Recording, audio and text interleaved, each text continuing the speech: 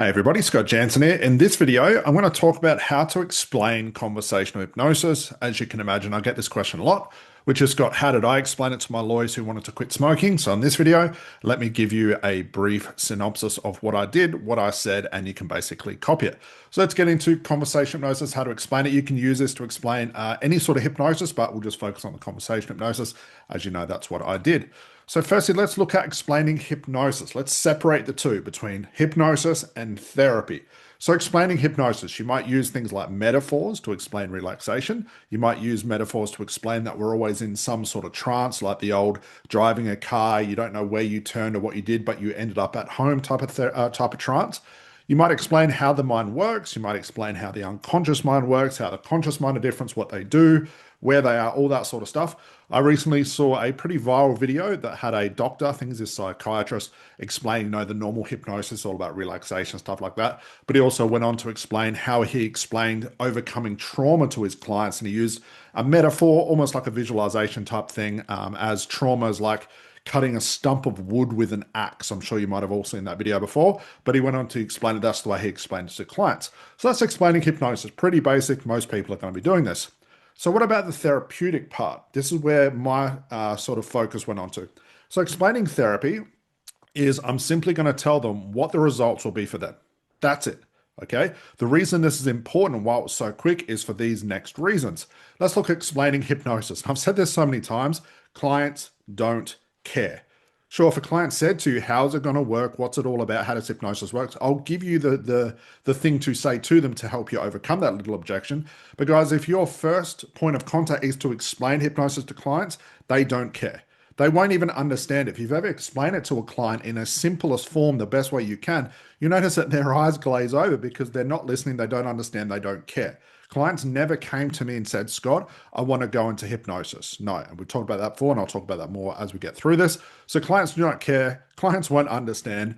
The biggest thing from a business point, they have heard this from every other hypnotherapist.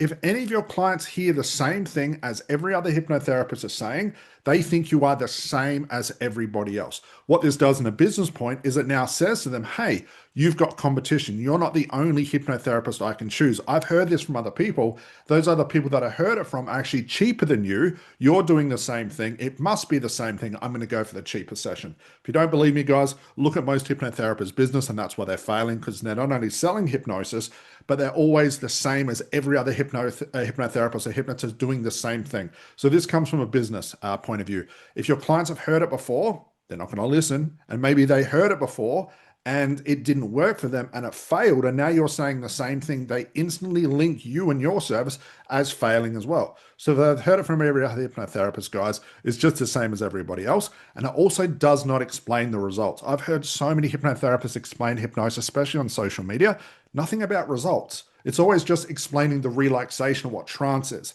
Here's what I do, guys. Number 4, I explain the therapy. It makes it about them and starts to focus their mind on the end result.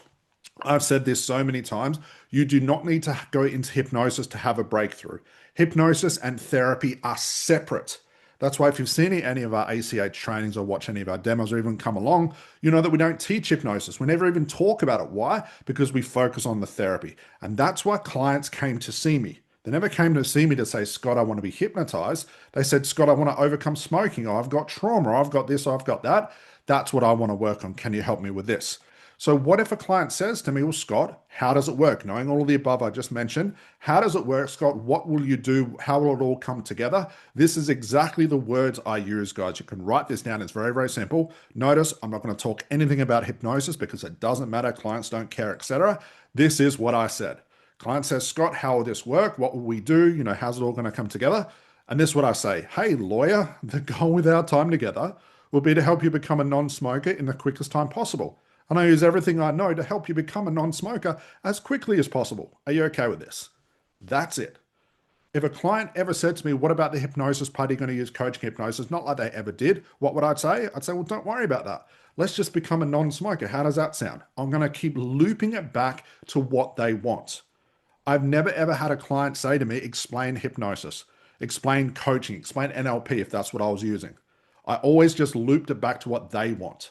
So if you go into the art of trying to explain hypnosis to people, remember what I mentioned here, get into the act of explaining therapy. Just loop it back to their results. If a client comes and says, I want to overcome my driving anxiety, loop it back. Just change out non-smoker where I've said it and use driving anxiety or fear or trauma or whatever you're using as your niche.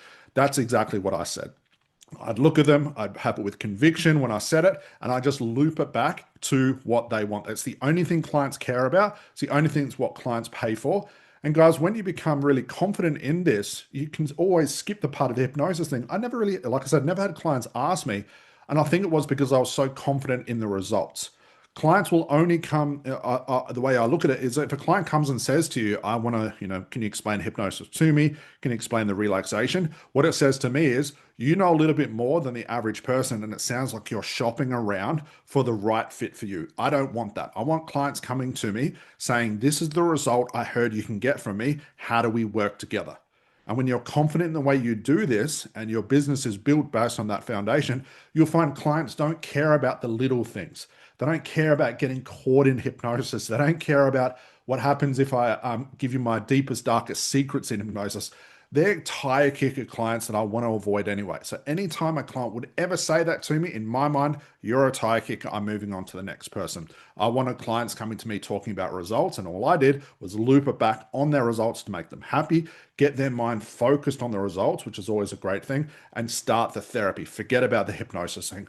At the end of the day, guys, if you try and explain hypnosis the way that you know it, the way you understand it, the way that you love it as well, as far as loving hypnosis, your clients don't care. They don't have that zeal for hypnosis that you and I do. They haven't been to the seminars. They don't care about who you were trained by. They don't have any mentors in this industry. They want to know, can you help me with this? And if you keep having clients ask you about hypnosis, you may not be making it clear on your social media and all your marketing that you have an end result that you can work on. You've got to have that niche. So guys, this not only includes how to explain hypnosis, it also explains how and possibly why your business is failing. Get away from not only talking about hypnosis, forget about selling hypnosis, as I've mentioned so many times in our video, start talking about results. So that's how I explain conversation hypnosis. I don't explain it any other way. Guys, copy and paste what I've said there. It works a treat, and it'll get your clients' minds focused on the only thing that matters, which is their specific result. Hopefully that was informative, guys. I'll see you in the next video. Bye for now.